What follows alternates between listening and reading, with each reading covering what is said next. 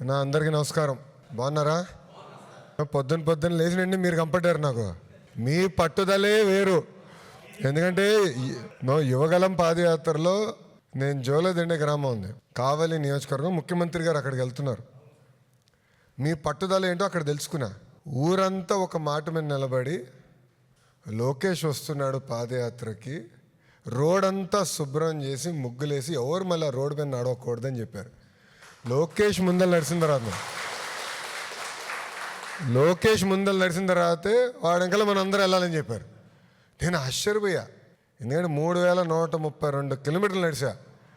కానీ ఆ రోజు వాళ్ళు చూపించిన ప్రేమ, అభిమానం నేను ఎన్నడూ మర్చిపోలేను.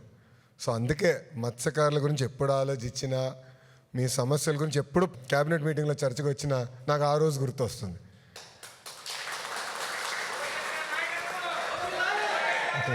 అన్నా, కానీ ఒక్క విషయం, మీ పట్టుదల అందరూ ఒక మాట అనుకుంటే నిలబడతారే, అది మీ దగ్గర నుంచి మేము నేర్చుకోవాల్సిన అవసరం చాలా చాలా ఉంది.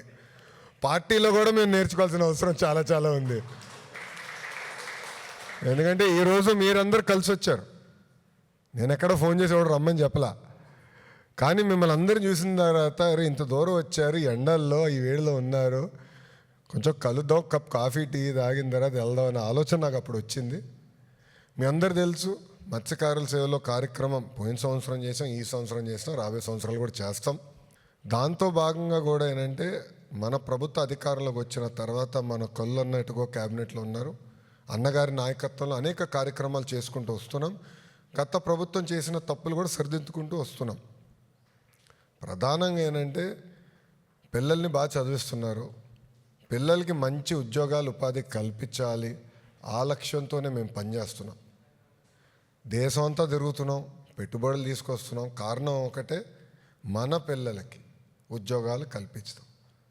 ఎందుకంటే మీరు కష్టపడ్డారు, చెమటోర్చి రూపాయి జమ చేసి పిల్లల్ని బాగా పెంచి బాగా చదివిస్తున్నారు.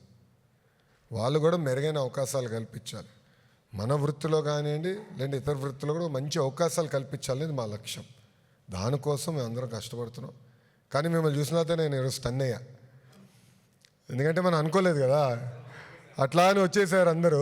నేను పొద్దున్నేసి అందరూ వచ్చేయండి అప్పుడు తట్టింది, అరే మత్స్యకారుల సేవలో బాబు గారు బయలుదేరుతున్నారు కదా ఈరోజు, ఆయన పంపించడానికి వచ్చినట్టున్నారు అందరని. అప్పుడు ఫోన్ చేశారు, బాబు తప్పనిసరిగా అందరూ కలిసిన తర్వాత నేను మీటింగ్కి వెళ్తానని చెప్తాం జరిగింది.